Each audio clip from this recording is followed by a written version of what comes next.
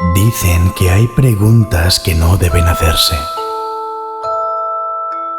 Historias que es mejor no contar. Pero hay quienes necesitan escuchar.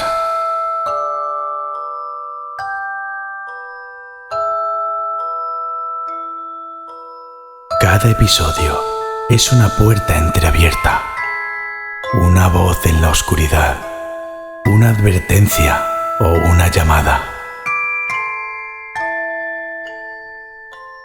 Lo que vas a oír quizás no te deje dormir. Bienvenidos a Poseídas.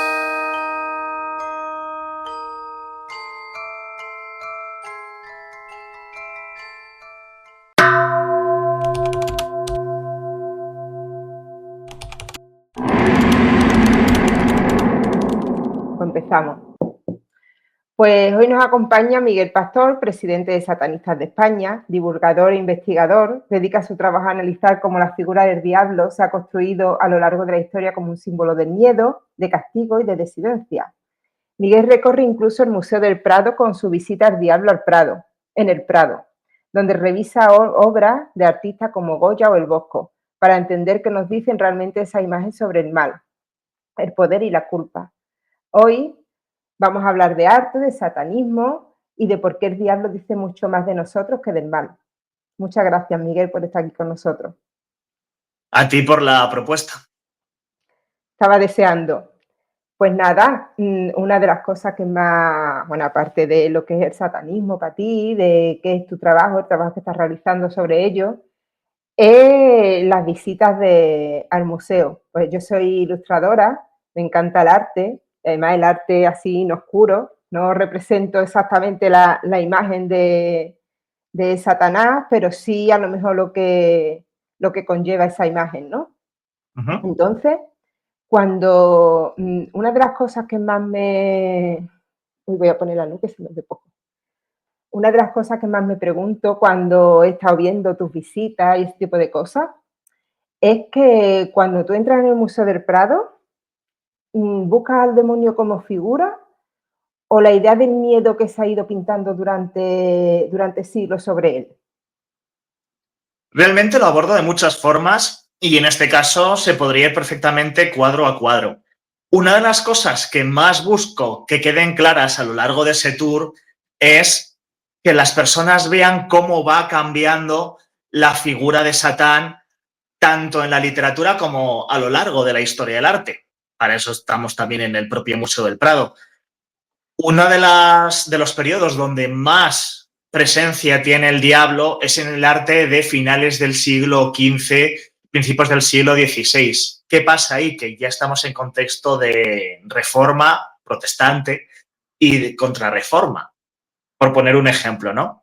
Y es muy frecuente encontrar San Migueles o Inmaculadas Concepciones que están derrotando a Satán o al dragón, lo cual tiene sentido en un contexto de contrarreforma, utilizar vírgenes y santos cuando tú no dejas de estar proyectando de forma sutil una imagen de que esa distinta rama del cristianismo son los malos, ¿no? En tanto que son herejes. Luego hay un punto de inflexión muy importante a partir del siglo XVII, cuando se le devuelve esta figura de ángel a Satán y, por desgracia, en el Museo del Prado no tenemos obras de satanismo romántico, de lo que se llama satanismo romántico. Lo bueno es que en Madrid tenemos uno de los mejores ejemplos en escultura, que es la estatua del ángel caído que se encuentra en el Parque de Retiro de Madrid. Sí, además es preciosa.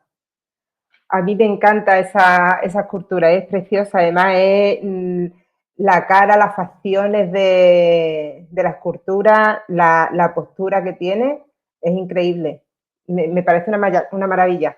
Y en cuanto a lo que estabas diciendo, una de las cosas que sí te quería preguntar es que estos cuadros, los que por ejemplo están en el Prado, nacen en una época en la que la Iglesia marcaba todo, ¿no? ¿Dirías que el diablo en el arte sirve para educar en el miedo más que para hablar del mal en sí? Vamos a decir que tiene un componente importante de control social. En parte, cuando estamos hablando de países del sur de Europa, principalmente católicos, una parte del uso que se le da es el mismo que te acabo de comentar. Vamos a decir que el de demonizar a la facción del cristianismo que se puede considerar hereje. Hablaba también de ese satanismo romántico como una ruptura respecto a esto. Estamos hablando de un Satán muy diferente, de un Satán más inspirador, más vinculado con la rebeldía, con la oposición, con ese espíritu crítico y que, por tanto, inspiró a estos autores románticos. Por tanto, su imagen cambia también. Me parece muy buena contraposición el dragón que está derrotando los San Migueles que tenemos en la sala de arte gótico del Prado con precisamente esos satanes románticos, ¿no? Feos, por un lado, que buscan pues que sea un reflejo de su moralidad, su apariencia exterior, mientras que el satanismo romántico de alguna forma corta con todo esto. A nivel religioso es mucho más ambiguo. Hay que tener en cuenta que, claro, cuando estamos hablando de arte clásico, la mayor parte de los mecenas van a ser nobles y la propia iglesia. Es arte religioso, sí, pero parte de ello, pues, ordenado por nobles o a veces incluso por los propios reyes, o que va a tener que pasar su filtro. Por lo tanto, va a tener que ajustarse a las tendencias políticas de los poderosos en ese momento. Una de las cosas que yo dejo clara también a lo largo del tour es que hay que tener en cuenta que buena parte de la colección permanente viene de las colecciones reales, la propiedad de los reyes y por lo tanto, pues buena parte de esas piezas es susceptible de considerarse propaganda. Ahora que has dicho hace un momentito lo de la imagen del diablo, ¿no? De Satanás, una imagen así más, no sé, más bonita, ¿no? Por ejemplo, en las tentaciones de San Antonio, el demonio es más que castigador, tentador, ¿no? ¿Se ha pintado muchas veces al diablo para demonizar el deseo y el cuerpo? Sí, yo creo que siempre, desde que el cristianismo está ahí. Sí, porque el placer siempre ha ido, según el cristianismo, ligado al pecado, ¿no? Habría que matizar qué tipo de placer, de qué forma se da, cuál es su fuente, pero cuando se da en las circunstancias, pues que se salen de los moldes de la religión hegemónica, pues sí, se puede considerar que el instigador o los instigadores de eso son Satán u otros demonios, acorde a esa visión tradicional. Otra cosa es que desde nuestra perspectiva actual, más secularizada, pues pensemos que puede ser así, ¿no? Y, por ejemplo, uno de los pintores que a mí me gustan, que me encanta, es Goya, sobre todo en su última etapa, ¿no? Cuando ya estaba enfermo, estaba solo, sordo, casi ciego, y pintó una serie de pinturas que, de hecho, las pintó para uso personal, ¿no? Como quien dice, las pintó en las paredes de su casa, no para exponerlas. Y en esas pinturas, pues refleja una imagen, ¿no? Como de el diablo, oscuridad.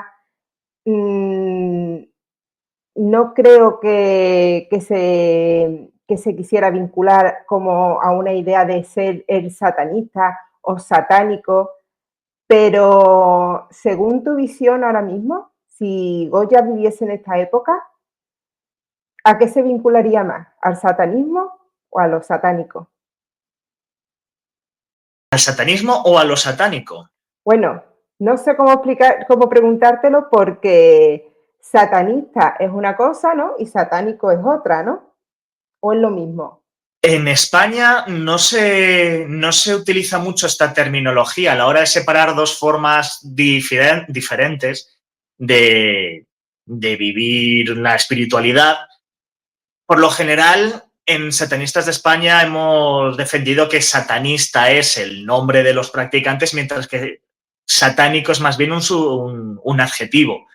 Sí que existe una realidad diferente en países como México, por ejemplo, donde satanista pues sería un practicante del satanismo contemporáneo, heredero de alguna forma de ese satanismo de Anton LaVey, aunque podríamos ponerle distintos adjetivos y cambiar algunos matices, mientras que satánico, un satánico, vendría a ser como una especie de apropiación de lo que está dentro de ese cliché cristiano. No dejaría de ser casi una especie de cristianismo al revés. Y es algo de lo que muchos satanistas buscan distanciarse y decir que no tiene nada que ver con ellos.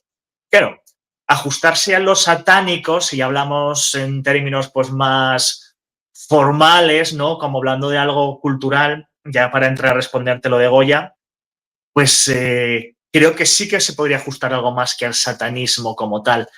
Goya yo lo veo un secularista total, era muy republicano, era muy secularista, en ese sentido es uno de mis autores favoritos porque le lleva precisamente a ser crítico con el poder, aprovechándose precisamente de que él era el autor más reconocido en España en ese momento. De todas formas, creo que la representación que hace de ese macho cabrío famoso que encontramos en algunos de esos cuadros no va necesariamente por la parte de vincularse a lo satánico. Él podría serlo desde el punto de vista de algunos de sus contemporáneos más tradicionales, pero yo Goya le veo como un secularista total que en todo caso usaría la figura de Satán como una provocación hacia la Inquisición, que todavía existía en aquellos tiempos, ¿no? Es parte de lo que le lleva a hacer su crítica social. Él lo usaría, como digo, como una crítica o como una provocación hacia parte de esa población más tradicional o hacia la presencia que tiene todavía la Iglesia Católica en su sociedad, pero no creo que él haga una apología de lo satánico necesariamente. De hecho, se cree que la mayor parte de los aquelarres que él pintó era con idea de hacer una referencia a lo supersticioso. Claro, una persona que viene desde mi ámbito de estudios de ciencias de las religiones, superstición o supersticioso es una palabra que casi le está vetada porque implica un juicio de valor negativo hacia algo.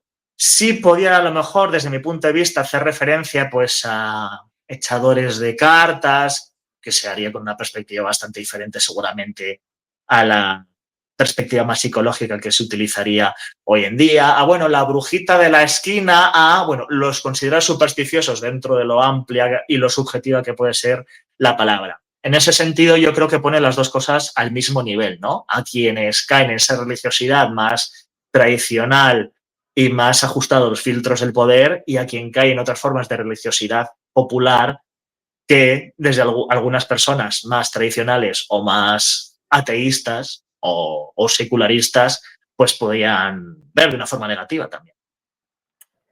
Cuando te vino la idea, no sé si fue una idea, una propuesta, el hacer este tipo de actividad en el museo, explicando estas pinturas y estos cuadros, ¿con qué idea lo hiciste? ¿Con el explicar a la gente y que cambie de idea sobre este tema, ¿no? Sobre lo que realmente es el satanista y lo que realmente piensa, el tener libertad, el no ser juzgado, ¿no? Por terceros. ¿Qué es lo que realmente buscas cuando explicas a las personas, a los visitantes, qué es lo que significa cada pintura? Digamos que el arte del Museo del Prado en este sentido no da si fuera el caso, tampoco daría para hacer mucha propaganda del personaje. Por las cosas que te he ido comentando, no es que el arte que recoge la figura de Satán tienda a ser muy Satan-friendly. Mi perspectiva, mi voluntad era mostrar diferentes representaciones y cómo esas representaciones son reflejo de distintas formas de entender al personaje. El problema a la hora de mostrar esta diversidad de perspectivas está en que carecemos de buena parte de estas obras de satanismo romántico. Ya he dicho, tenemos el mejor ejemplo en el Parque del Retiro, pero algunas de las obras sí que se prestan mucho a establecer una contraposición respecto a otras muy conocidas. Precisamente teniendo esas obras como hilo conductor, puedo contar algunos detalles de cómo fue cambiando la figura del diablo.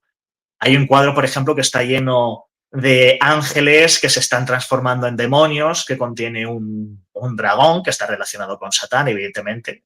No dejaría de ser el mismo personaje, al menos desde la perspectiva cristiana, el gran dragón rojo del Apocalipsis, que, por ejemplo, ninguno de ellos está mirando directamente al espectador.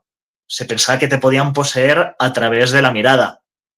En ese momento, pues, puede enseñarle alguna de las obras de arte romántico que rompen con esta tendencia, y de paso ponemos en contraposición ese Satán bestial o feo con un Satán mucho más angelical y mucho más bello.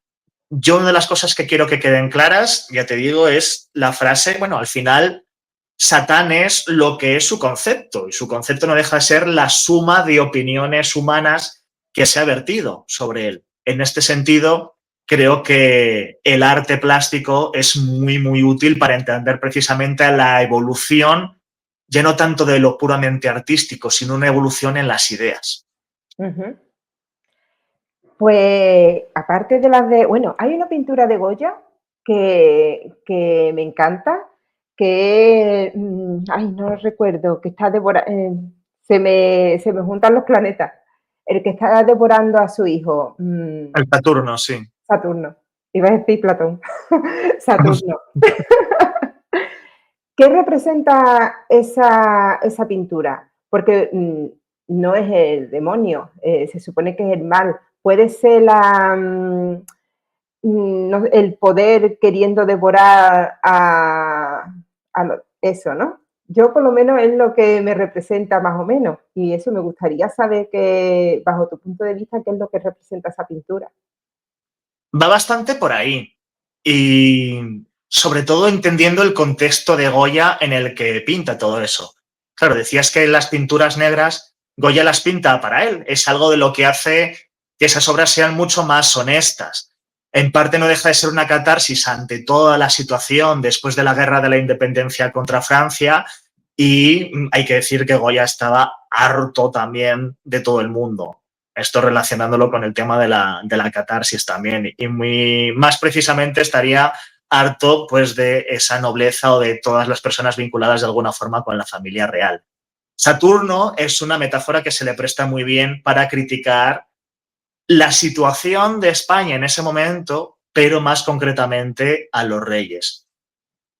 Está devorando a sus hijos, Saturno. Ya conocemos la profecía, él destrona a su padre Urano, igual que escucha la profecía que dice que él va a ser destronado por uno de sus hijos. Zeus escapa y efectivamente la acaba destronando. Vuelvo a decir, si esto lo trasladamos al contexto de Goya, se puede entender como lo que los poderosos pueden hacer con su propia ciudadanía en tiempos de guerra. Son cuadros que al final están pintados más o menos 10 años después que de la guerra de la independencia contra Francia, y pone mucho más en contexto la relación de Fernando VII con su padre Carlos IV. De hecho, en el cuadro de la familia de Carlos IV se ve como ambos personajes están intentando dar un paso al frente, pero Fernando VII está más adelantado y con el pecho inflado, ¿no? Se sospechaba que él ya quería la corona de su padre. Puede entenderse precisamente como una referencia a Fernando VII, pues queriendo hacerse precisamente con la corona de su padre. O a lo mejor una referencia al miedo de Carlos IV de que su hijo la acabará destronando. Al final está contando una historia con esos dos personajes como protagonistas. Es curioso, ¿no? Lo que hay detrás de una pintura, ¿no? Y que normalmente no vemos porque no sabemos, pues eso no tenía yo ni idea. Y en el museo hay otro cuadro que a mí me fascina, no es de Goya, es del Bosco, que es una maravilla, un tríptico. ¿Qué representa ese cuadro? Porque ese cuadro es el infierno, pero no hay figura demoníaca, ¿no? Ni hay un diablo, ni está Satán. ¿El Jardín de las Delicias, dices? Jardín de las Delicias. Sí, hay demonios que están pintados a su manera, tiene un cierto simbolismo también.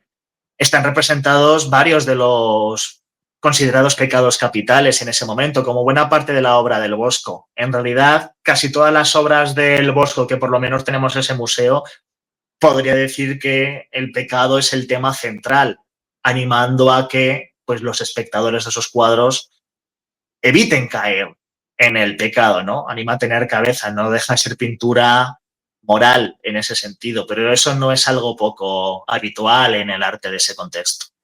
Sí, ¿no? Lo que pasa es que es un cuadro que no lo he visto en persona, ¿eh? Espero verlo en persona algún día, pero no sé, es inmenso, ¿no? Es grandísimo y tiene tanta figura y tanta... En cada rincón ves algo y da la sensación que es algo importante, ¿no? Una representación importante de alguna idea o de alguna situación. Entonces, por eso me fascina tanto ese cuadro. En general, de los cuadros que hay allí en el museo, ¿cuáles son con los que tú puedes sentir más identificado con tus ideas? A ver, en general Goya es un artista que me gusta mucho y que en ese sentido veo más alineado a mí. Que digo, si él viviera en el contexto actual, probablemente fuese tan secularista que se posicionaría junto a un ateísmo militante. Dentro de que no es raro encontrar satanistas que sean secularistas o laicistas militantes. Entonces habría que ver de qué manera lo fuese a interpretar Goya. Pero a nivel de idea seguramente fuese ese autor.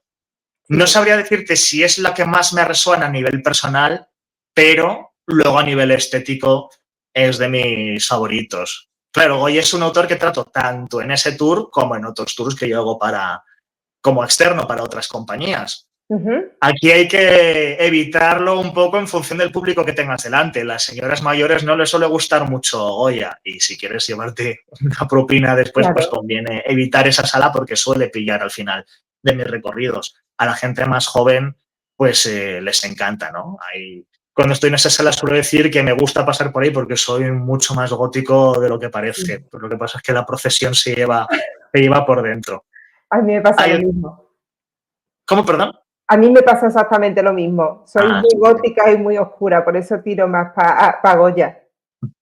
Hay una sala que me gusta mucho pasar por ese museo, en parte también porque me pilla un poco a desmano en otros tours. Está en una parte que está muy mal conectada con algunos de las piezas más importantes, que es la sala de escultura griega. Hay alguna escultura de Dioniso y alguna otra de Antinoo. Quien conozca un poco la historia del emperador Adriano estará un poco familiarizado con él y me encantan esas esculturas. También es por mis orígenes académicos en estudios clásicos, que al final me acabo alejando mucho, pero ese gusto por Grecia y Roma sigue estando ahí. Sigue estando. Es verdad que yo me he dirigido directamente a las pinturas, pero como tú dices, tu recorrido va por pinturas y esculturas. De las esculturas que se pueden encontrar allí, ¿cuál es la que más te gusta o la que más puede decir y hacer sentir a quien la ve? A nivel teórico, para hablar de eventos del pasado que puedan parecerle interesantes o sugerentes a las personas, el cuadro del tríptico de los Santos Juanes da mucho juego, sobre todo para hablar de todo el simbolismo de ese gran dragón rojo de 7 cabezas. A nivel estético, a mí me gustan mucho En la Adán y Eva de Alberto Durero. Una de las cosas que digo es que, claro, al final, como buena parte de los mecenas no dejaban de ser curas, obispos, pues te puedes hartar de ver a Adán y Evas a lo largo de la visita. Estéticamente y por la forma en la que está representada esa Eva, es de mis favoritas dentro del museo. Se pueden sacar muchas lecturas, de todas formas, Sí, ¿no? de esa Eva. Además, me gusta mucho la serpiente que tiene al lado, cómo recoge la pieza mientras mira a Adán directamente a los ojos. Y de las lecturas que se pueden coger, ¿cuál dirías tú que es la más sugerente o la que más enseñanza puede darle al visitante? ¿Dentro de ese cuadro? Sí, sí. Aquí entramos ya en el tema de las lecturas de Eva. Cuando estamos hablando de arte de esos siglos, se puede entender que buena parte de esas representaciones son machistas, incluso hasta misóginas, ¿no? Al final, Eva, la causante de casi todos los pecados relacionados con la tentación, de alguna forma. Ella se suele saber cuál tiende a ser la lectura. Si Eva es culpable, por extensión, todas las mujeres son culpables o serían culpables conforme a esta perspectiva religiosa tradicional.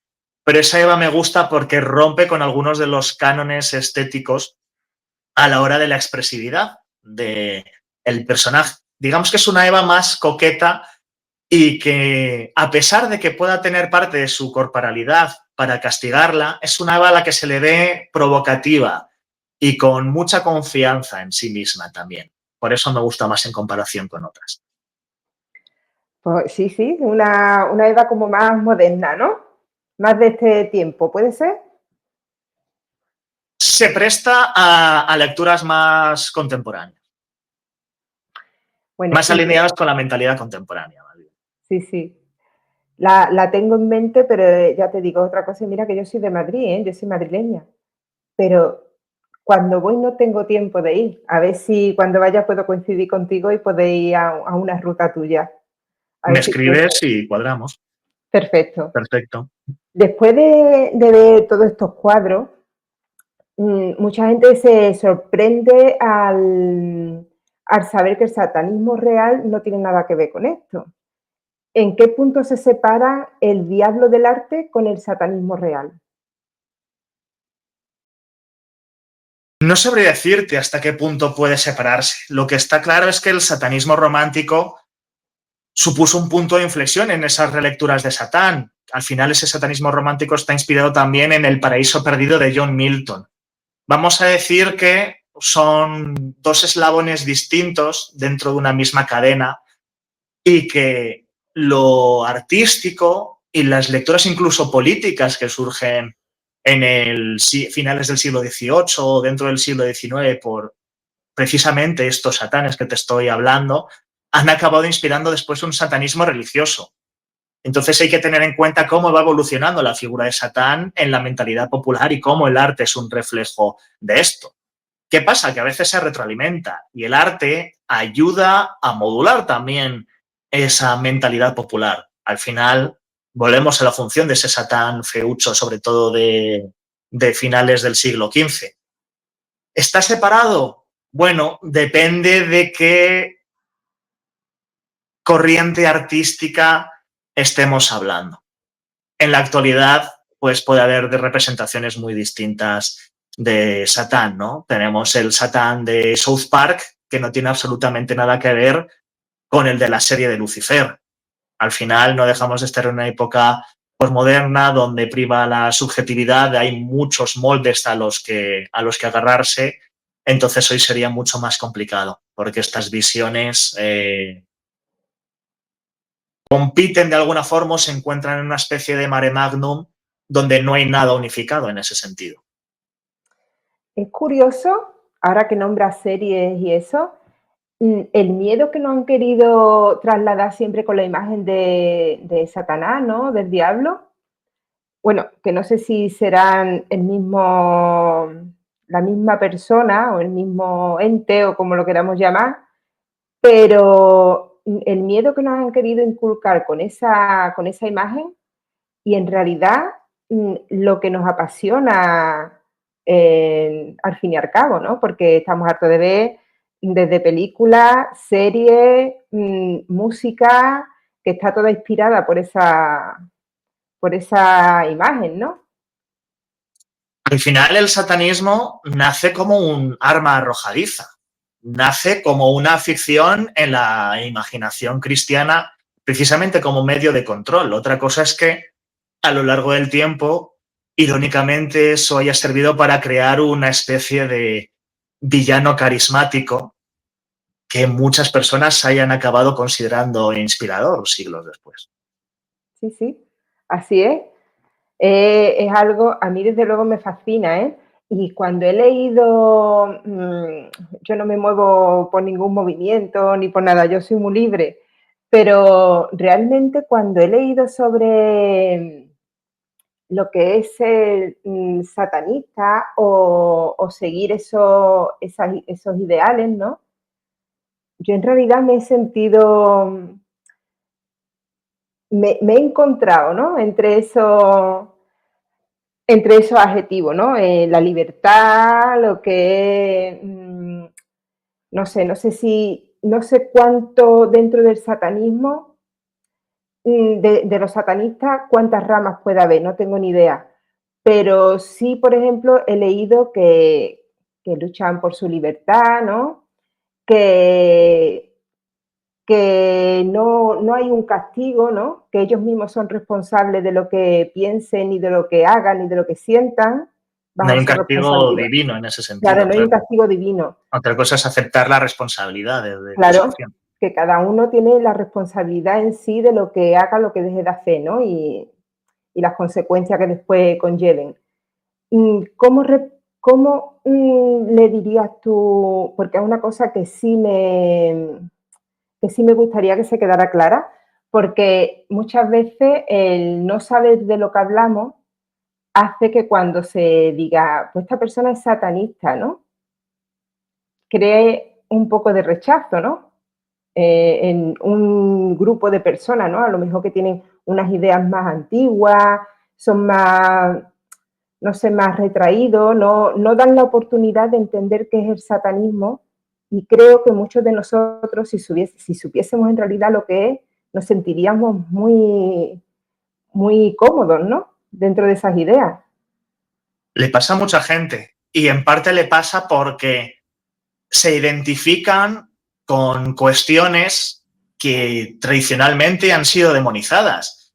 Si buscar tu propio placer, tu propia autonomía, si romper con autoridades por encima de ti, responsabilizándote de tus acciones y querer, en definitiva, ser quien tiene las riendas de tu vida, es algo satánico, pues es difícil para muchas personas no considerarse satanista. Uh-huh. Aquí ya depende de lo bueno o lo malo que te parezca algo como esto. Podemos volver a un argumento muy tradicional de, ay, si no hay un Dios, no hay una autoridad en ese sentido, ¿quién va a controlar lo que hace? Porque la gente es mala por naturaleza. La gente puede actuar de forma positiva o negativa para quien tiene alrededor, con independencia de la autoridad moral o física que vaya a tener rondando por encima de él.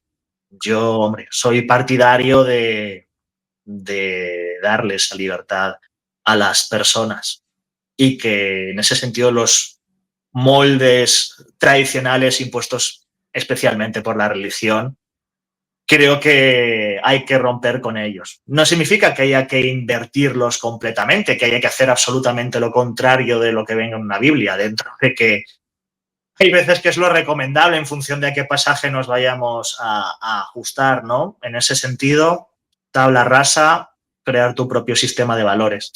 El satanismo realmente, esto es una de las cosas que a mí me gusta que queden claras, es un sistema para construir tu propio sistema. No es un fin en sí mismo. Y en este sentido, no requiere de una fidelidad hacia la figura, entidad o tal con la que estés trabajando, en el sentido de que puede ser una autoridad que funcione de forma vertical sobre ti, sino más bien que funcione como una inspiración o que esa relación sea más horizontal. Porque aquí sí que nos podemos encontrar que hay satanistas que entienden el satanismo de una forma más simbólica y otros que sí que creen en Satán como una entidad real o inteligente. Pero no vamos a salir de una jaula para meternos en otra. Evidentemente. Entonces se puede entender perfectamente que Satán como entidad ha sido creada para dirigirnos o para meternos miedo, para poder dirigir nuestras vidas o nuestras creencias.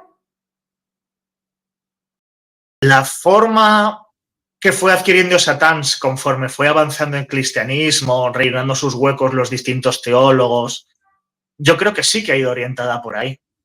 Es venderte un mal para después acabar ofreciéndote una solución.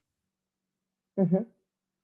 Irónicamente, creo que la solución está buena parte de las veces en eso que se ha demonizado. Por lo menos cuando hablamos de esa libertad personal, de esa autonomía y de esa búsqueda de uno mismo. Esto es importante porque a Satán, dentro del satanismo contemporáneo, incluso desde perspectivas más psicológicas y simbólicas, se le entiende como la sombra, como toda esa faceta del inconsciente que recoge los instintos y que precisamente por salirse de estos moldes morales o sociales, muchas veces determinados por la religión, pues pueden resultar incómodos para la propia persona. Yo creo que hay que estar muy conectado con estos impulsos. No consiste en buscar tampoco una regresión al instinto donde no haya ninguna vuelta.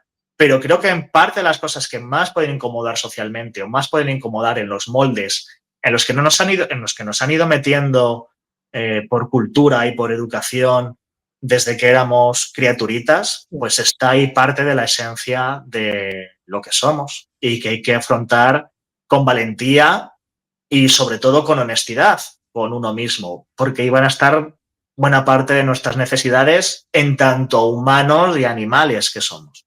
Ujú. Así es. Yo creo que eso, que en el momento que nos dejan ser libres, vemos más claramente este tipo de cosas, más que cuando estamos, eso, nos tienen en una jaula. Pero bueno, lo importante es irnos dando cuenta poco a poco. Unos tardarán más y otros tardarán menos. Y te quería decir, dentro de todo lo que hemos hablado, si ves tú que hay algo importante que se nos pueda escapar, es todo tuyo.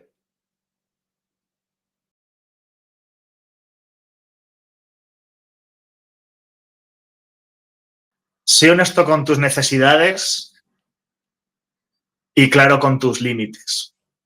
Sí, Hay que trabajar la asertividad y creo que ser claro también con las propias necesidades es un camino necesario para acabar trabajando la propia autoestima y reivindicarse en todos los ámbitos de la vida.